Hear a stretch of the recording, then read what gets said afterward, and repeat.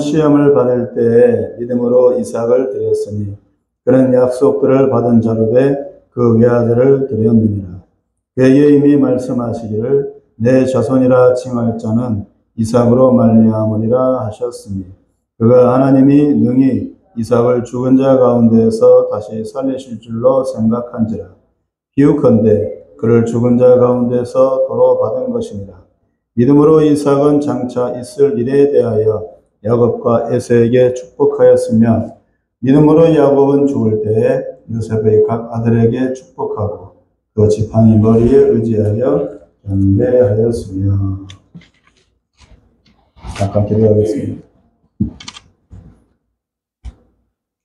사랑과 은혜의 주님, 험한 세상에서 살아갈 때 모두 자기의 노력과 그리고 재주를 통해서 살아가지만 하나님은 믿음으로 살아가라고 하십니다. 믿음이 없이는 하나님을 기쁘시게 할 수 없고 믿음으로라야 이 거친 세상을 이겨낼 수가 있습니다. 이 시간 믿음의 조상 아브라함, 이삭, 야곱에 대해서 살펴보면서 그들의 역할과 의미를 깨닫고 하나님 앞에서 우리 각자의 위치와 의미를 돌아보는 시간을 갖고자 합니다. 걸어가시는 성령님께서 바로 깨닫고 바로 살아갈 수 있도록 인도하여 주시옵소서. 예수님의 이름으로 기도합니다.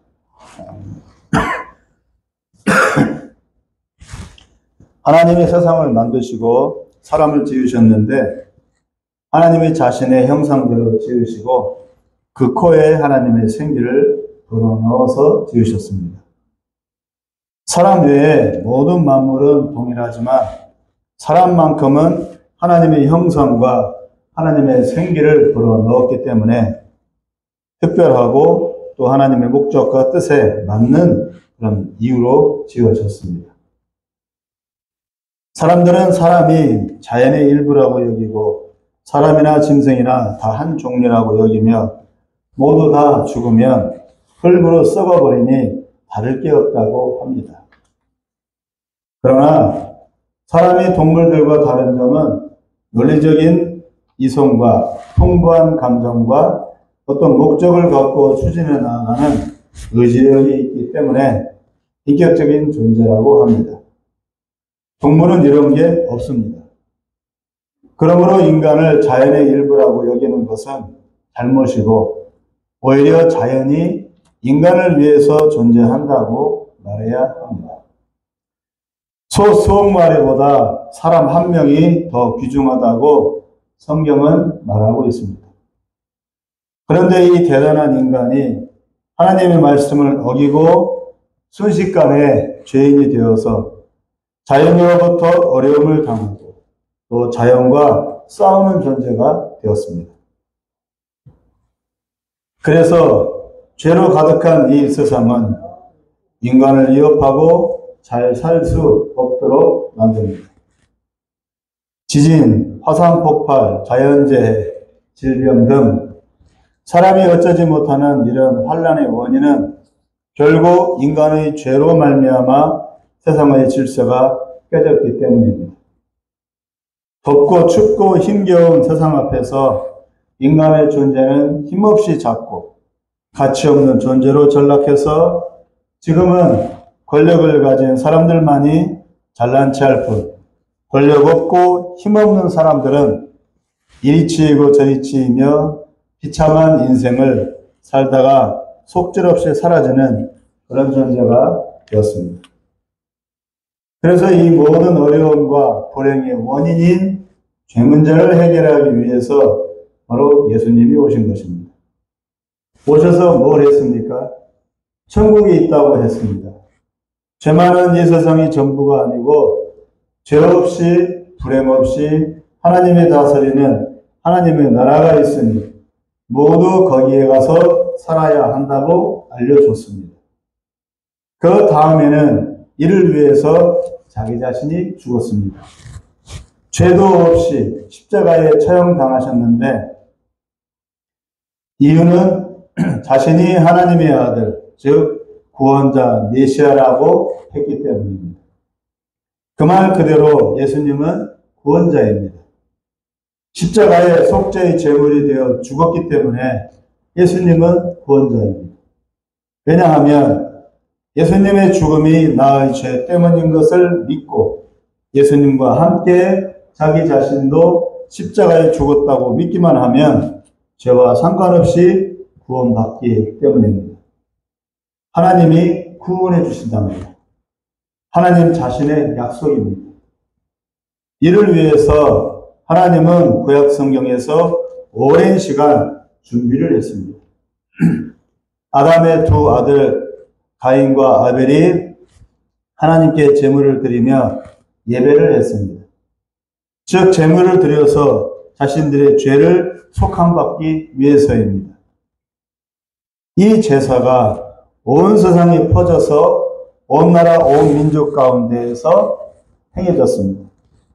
그런데 문제는 그 제사를 누구에게 드리느냐의 문제입니다. 각 나라 각 민족마다 각자 섬기는 신들이 있어서 자기들 입맛에 맞는 그 신들을 향해 제물을 바쳤습니다. 우리나라에서도 온갖 잡신들이 수없이 많습니다. 그중 조상신을 섬기는 전통이 있습니다. 이미 죽고 없는 조상들에게 제사상을 차리고 비나이다 비나이다 하면서 소원을 빌고 절을 하지만 사실은 가짜이고 속는 것입니다. 사람은 죽으면 이곳에 있지 않고 제사상으로 갑니다. 마음대로 이곳에 있다가 저곳에 있다가 할 수가 없습니다. 죽으면 하나님의 권세 아래 거하기 때문입니다. 그러니 조상에게 제사하는 것은 하나님 앞에 큰 죄입니다. 온 세상 사람들이 이렇게 자기들 신을 섬길 때 하나님은 특별히 한 민족을 세워서 이 민족만큼은 오직 하나님만 섬기고 하나님께만 예배하게 했습니다. 율법을 가르쳐주고 그들 가운데 늘 하나님이 함께 하시며 선지자들을 통해 하나님의 말씀을 항상 알려주셔서 너희는 하나님만 섬기는 하나님의 백성이라고 늘 뼈있게 하셨습니다. 이렇게 하나님만 죽도록 섬기라고 부름받은 민족이 바로 이스라엘입니다. 온 세상이 하나님 창조주를 모를 때 오직 그들만이 하나님을 찬양하며 하나님께 예배했습니다. 그러므로 이스라엘은 특별한 민족이고 이때나 저때나 하나님은 이스라엘을 잊지 않으시며 이스라엘을 통해 세상을 지금도 운영하고 계십니다. 그리고 이스라엘을 통해서 세상을 또한 구원코자 하셨습니다. 이 이스라엘을 이룬 세 사람이 바로 오늘 본문에 나오는 아브라함, 이삭, 야곱입니다. 그래서 중요한 겁니다. 아브라함, 이삭, 야곱이 막연한 믿음의 조상이라고가 아니라 그들이 이스라엘의 조상이기 때문에 그래서 중요한 겁니다. 왜? 우리 교회는 이스라엘을 통해서 구원을 받았기 때문에 믿음을 전수받았기 때문에 누구의 믿음? 이 아브라함, 이삭, 야곱이 가졌던 그 믿음을 이스라엘을 통해서 우리가 계승했기 때문에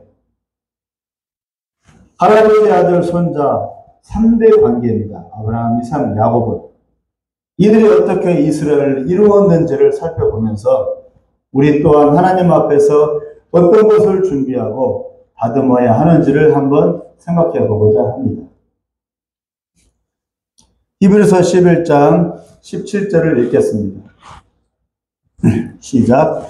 아브라함은 시험을 받을 때 믿음으로 이삭을 드렸으니 그는 약속들을 받은 자로되 그 외아들을 드렸느니라. 아브라함은 이스라엘의 조상이며 믿음의 조상이기도 합니다. 아브라함의 인생 전체가 하나님의 약속의 말씀에 대한 믿음의 훈련이었습니다. 본토지착 아비집을 떠나라. 한 아들을 줄 것이고 그 아들을 통해 큰 민족을 이루게 할 것이다. 는 하나님의 말씀을 따라 아브라함은 기다리고 기다리는 긴 인내의 시간을 보냈습니다. 금방 주지 않았습니다. 25년 만에 아들을 얻었고 그 아들을 금이야 오기야 키워 10대 청소년이 되었을 때, 중학생 나이쯤 되었을 때, 아니면 고등학생 나이쯤 되었을 때 하나님은 아들을 제물로 바치라는 그런 청천벽력 같은 말씀을 주셨습니다. 처음 아들을 주고 그 아들로 민족을 이루게 해주겠다는 말씀과는 정반대로 지금 아들의 재물을 바치라고 하셨을 때 아브라함은 어떻게 했습니까? 거부하지 않고 순종했습니다. 헷갈려 하지 않고 망설이는 기색 없이 즉시 순종해서 아들을 바쳤을 때 하나님은 그제서야 아브라함의 믿음을 인정해 주셨습니다. 아브라함은 아들을 바쳤을 때 하나님의 처음 약속을 기억했습니다. 두말을 하지 않는 하나님이시니 반드시 처음 말씀 그대로 이삭을 통해서 민족을 이루실 것이라고 굳게 믿었습니다. 그럼 자신이 아들을 제물로 드리면 어떻게 되는 겁니까? 처음 하나님 말씀이 어떻게 이루어집니까? 정반대가 되는 겁니까? 하나님이 두말을 하는 거네, 그럼. 19절을 읽겠습니다. 시작. 그가 하나님이 능히 이삭을 죽은 자 가운데서 다시 살리실 줄로 생각한지라. 비유컨대 그를 죽은 자 가운데서 도로 받은 것입니다. 아브라함 자신이 아들을 잡아 죽일지라도 하나님이 다시 살려내서라도 처음 약속, 즉 이삭을 통해 민족을 이루시겠다는 그 처음 말씀을 하나님이 반드시 이루실 것이라고 아브라함은 믿었다는 의미입니다. 내가 아들을 죽여도. 그러므로 아들을 바쳤기 때문에 아브라함이 대단한 게 아니고 처음 약속의 말씀을 끝까지 믿고 붙잡았기 때문에 아브라함이 위대한 것입니다. 아브라함의 믿음은 막연히 하나님을 잘 믿은 게 아니고 하나님의 말씀을 철저히 믿고 따른 것입니다. 하나님은 아브라함을 이스라엘의 조상으로 삼으시면서 이스라엘 민족이 끝까지 하나님의 약속의 말씀을 믿고 순종하기를 원하셨다는 겁니다. 그런 이스라엘을 하나님은 원하셨습니다. 그냥 말 잘 듣고 하나님께 순종하고 막연히 순종하고 막연히 하나님 말씀에 순종하는 그런 이스라엘이 아니라 하나님의 약속의 말씀을 구체적으로 믿고 순종하는 그런 이스라엘을 원하신 겁니다. 그러므로 하나님 앞에서 우리의 믿음은 하나님의 말씀을 믿는 믿음이어야 합니다. 막연히 하나님을 믿는 믿음이 아니라 약속을 믿는 믿음이어야 합니다. 둘째로 20절을 읽겠습니다. 시작. 믿음으로 이삭은 장차 있을 일에 대하여 야곱과 에서에게 축복하였습니다. 이삭이 누굽니까? 아브라함의 아들입니다. 이삭의 위대함은 그가 장차 있을 일에 대하여 두 아들에게 축복 기도를 한 것입니다. 이 축복 기도 내용이 뭡니까? 창세기 27장 찾아보겠습니다. 구약성경 앞부분으로 돌아가셔서 창세기 27장 27절로 29절입니다. 창세기 27장 27절로 29절로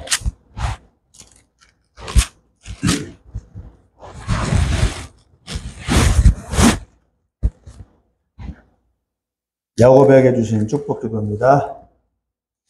같이 읽겠습니다. 시작. 그가 가까이 가서 그에게 입맞추니 아버지가 그의 옷에 향취를 맡고 그에게 축복하여 이르되 내 아들의 향취는 여호와께서 복주신 밭의 향취로다.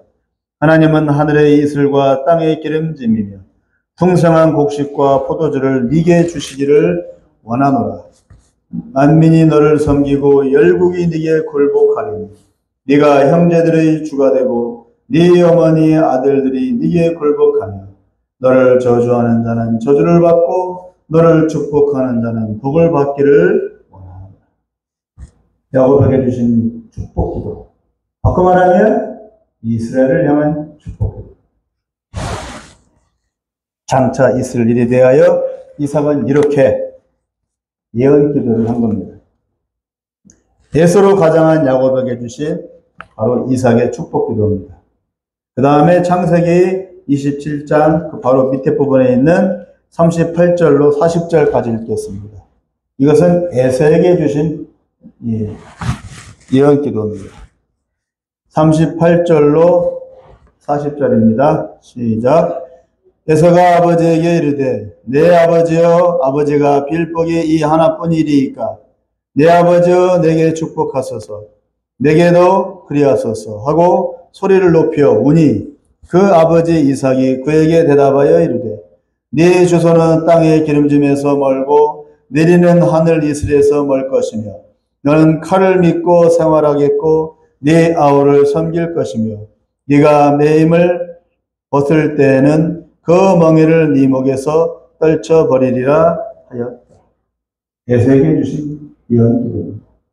에서의 운명에 대해서, 에서 자손들에 대한 미래에 있을 일이에요. 바꿔 말하면 이스라엘 주변 국가에 대한, 이스라엘을 핍박하는 나라들에 대한 이삭의 예언 기도입니다. 그것이 지금 현실로 와 있습니다. 장차 있을 일에 대하여 이대로 이루어질 것이다. 바꿔 말하면 하나님의 이렇게 이룰 것이다 라고 하나님의 계획을 이삭이 알고서 예언 기도를 한 겁니다. 이삭은 바로 그런 믿음이 있었습니다. 하나님의 계획, 이스라엘 향한, 이스라엘 민족을 향한, 이스라엘 주변 민족을 향한 하나님의 계획과 목적을 알고 그것을 예언 기도, 이삭과 에서에게, 야곱과 에서에게 이렇게 기도, 축복 기도로 예언 기도로 한 것입니다. 이것이 이삭의 믿음입니다. 바꿔 말하면 이렇게 선포함으로 이렇게 이루어지리라 라고 온 세상에 공포를 한 겁니다. 이삭이. 이것이 이삭의 믿음입니다. 뒤바꾸었을지라도 어찌되었든 이삭은 야곱과 에서를 위해 장차 있을 일에 대해 기도로 말해 주었습니다. 그리고 이 기도대로 야곱과 에서의 자손들은 그런 삶을 살았습니다. 왜 이삭의 이 기도가 중요합니까? 이스라엘을 향한 하나님의 계획과 목적을 미리 알고 그의 입으로 온 세상에 현실적으로 선포하였기 때문입니다. 그러면 그 말씀대로 이루어질 것이기 때문입니다. 하나님의 계획과 약속을 이삭은 자신의 입의 선포로 확정하였고 하나님은 이삭의 이 선포 그대로 두 민족을 그렇게 만드셨습니다. 이삭이 선포함으로 하나님은 이 선포대로 일을 이루신 겁니다.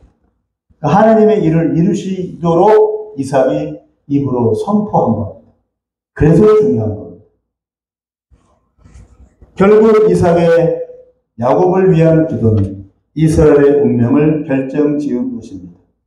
아브라함은 하나님의 약속을 끝까지 믿었고 이삭은 그 약속의 말씀을 입으로 미리 선포하여 이 세상에 이스라엘을 드러내고 세운 것입니다. 즉 이스라엘을 통한 하나님의 구원을 준비한 것입니다. 그러므로 우리 역시 말씀을 믿고 나아가 말씀을 세상에 선포하며 선포한 대로 우리도 살아야 합니다. 그리스도인은 조용히 은근 안에 사는 자들이 아니고 세상에 알지 못하는 하나님의 일을 믿고 말하고 말하는 대로 사는 이들입니다. 세상을 따라 그냥 흘러가는 존재가 아니고 세상을 거슬러 올라가는 역동적이고 진취적인 이들입니다. 우리의 삶의 기준은 세상 가치관이 아니고 하나님의 말씀과 하나님이 이루실 그 구원의 일이기 때문입니다. 셋째로 21절, 히브리서 11장 21절을 읽겠습니다. 시작. 믿음으로 야곱은 죽을 때 요셉의 각 아들에게 축복하고 그 지팡이 머리에 의지하여 경배하였습니다. 야곱은 형 에서의 자리를 빼앗고 형이 받을 축복조차 다 빼앗은 이기적인 욕심 많은 인물입니다. 영적인 욕심도 많고 세상적인 것에 대한 욕심도 많습니다. 그래서 부인이 넷이고 자식이 13이며 수많은 양떼 소떼를 거느린 부자였습니다. 야곱은. 그는 일평생 자신과 자신의 처자식들을 위해서 살았지 하나님의 뜻을 이루기 위해서는 살지 않았습니다. 하나님이 베델에서 특별한 꿈을 꾸게 하시면서 야곱에 대한 하나님의 계획과 장차 하나님의 구원을 미리 그에게 보여주셨지만 야곱은 오로지 자기의 살 궁리만 했고 자립하는 데 정신이 팔려서 왜 자기를 세상에 보내셨고 이런 기구한 나라의 삶을 살게 하시며 왜 자신의 성품이 이 모양으로 고생을 자초하게 하셨는지를 살펴보지를 못했습니다. 오로지 잘 먹고 잘 살고 누구보다 더 부유하고 평탄한 생활을 다지는 데에만 야곱은 관심을 가졌습니다. 그러다가 딸이 강간당하기도 했고 자식들이 한 부족 전체를 몰살시키는 참혹한 경우 살인자들이 되기도 했고 자식들끼리 서로 싸워서 기어이 배다른 다른 자식을 형들이 팔아먹는 일까지 겪었고 말년에는 평생 모았던 재산과 땅을 기근 때문에 몽땅 다 잃어버리고 알거지 난민이 되어 거짓골로 다른 나라에 기어들어와 얹혀 살게 되는 비참한 최후를 당했습니다. 야곱은 노년에는 알거지가 되었어요. 자기가 이제까지 벌어놓은 거 다 잃어버렸어요. 그런 후에 야곱은 자신이 130여 년간 혹독하고 험난한 인생을 살았노라고 고백하였고 죽기 직전에는 자신이 틀어지고 있던 자기 욕심을 다 내려놓고 빈 마음과 하나님께 내맡기는 마음으로 자기의 12 아들들에게 축복 기도를 하였고 결국에는 하나님이 옳았습니다. 제가 틀렸습니다. 쓸데없이 제 고집과 제 욕심대로 헛살았고 지금 남은 것은 빈털터리 뿐입니다. 하나님 말씀 안 듣고 제 뜻대로 내 뜻대로 산 결과입니다. 제가 잘못했습니다. 하나님의 뜻과 계획과 그 구원의 일을 인정하고 이제야 순종합니다. 하고 야곱은 하나님 앞에 엎드려 경배했다는 말입니다. 21절 내용. 지팡이 머리에 의지하여 하나님을 경배했다는 말씀입니다. 지팡이 머리에 의지하며 경배했습니다. 다 늙고 초라한 인생의 말년에서야 야곱은 하나님 앞에 엎드린 겁니다. 젊었을 때는 자기 뜻대로, 자기 욕심대로, 자기 의지대로, 자기 할 것 다 하고 살아다가 이제 빈털털이 알거지가 되고 힘없고 아무것도 없는 노년이 되어 있어요. 그제서야 하나님 앞에 엎드린 겁니다. 그러므로 야곱은 자신이 자식들 그리고 이스라엘에게 내 뜻과 내 욕심, 내 생각을 버리고 오직 하나님께 순종하라고 축복기도 하고 있는 것입니다. 내가 살아보니 그게 옳다고 자신의 130여 년의 인생을 걸고 이스라엘 자손에게 증언하고 있습니다. 너희는 나처럼 살지 말고 하나님 말씀 잘 듣고 잘 믿고 잘 따라서 믿음으로 살아라. 그리해야 복을 받을 것이다 하고 야곱은 말하고 있습니다.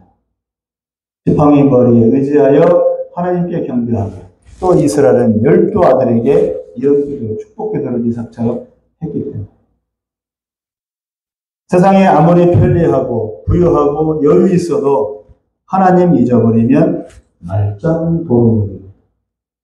다 가진 것 같으나 결국에는 다 잃어버리고 후회만 남습니다. 오직 하나님을 의지하고 하나님 뜻대로 순종하며 사는 게 후회 없는 인생이 됩니다. 제가 살아보니 그렇습니다. 세상이 아무리 잘 나가도 세상 바라보지 말고 세상 따라가지 말고 하나님만 잘 따라가시기 바랍니다. 그것이 우리가 살 길입니다. 말씀을 맺겠습니다. 아담이 죄짓고 세상의 질서가 깨지고 하나님의 영광이 가리워지고 세상을 향한 하나님의 계획과 목적이 가로막혔을 때 하나님은 구원과 회복을 위해서 믿음의 물줄기를 이어가게 하셨고 아브라함 때 이르러 이스라엘이라는 민족을 이루어 그들이 세상의 빛과 등대의 역할을 하게 하셨습니다. 왜? 구원을 위해서.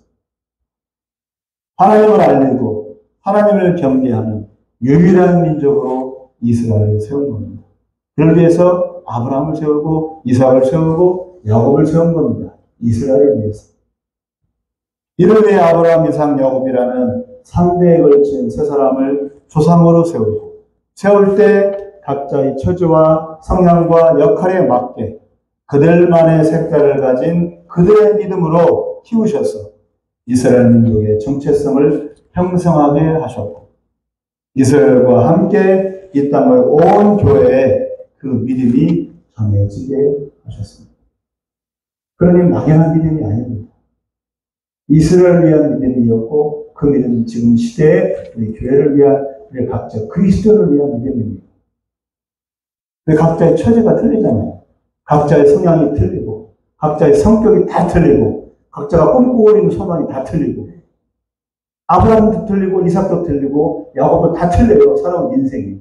또 그들의 믿음도 다 틀려요. 똑같은 믿음이 아니에요. 이렇게 우리식대로 우리의 믿음대로 하나님 우리를 인격적으로 지으셨기 때문에 우리의 인격적으로 우리를 인도하시기 때문에 우리의 인격에 맞는 우리의 믿음을 키워가야 하는 겁니다. 그래서 그렇게 이스라엘을 이룬 것처럼 우리도 하나님의 나라를 이루어가야 하는 겁니다. 이스라엘과 온 교회의 머리가 되시는 메시아 주 예수 그리스도의 대속의 은혜와 부활의 산 소망이 구원과 영생을 얻게 합니다. 각박한 이 현실을 살아가는 우리의 삶에서 오늘 살펴본 아브라함, 이삭, 야곱의 믿음이 우리 10년 가운데 스며들고 또 잘 소화가 되어서 하나님 나라의 풍성한 열매로 발전할 수 있기를 간절히 기원합니다. 기도하겠습니다. 오늘 히브리서 말씀 아브라함, 이삭, 야곱의 믿음에 대해서 배웠습니다. 뭉뚱그려서 한 믿음이 아닙니다. 아브라함의 믿음이 틀리고 이삭의 믿음이 틀리고 야곱의 믿음이 틀립니다.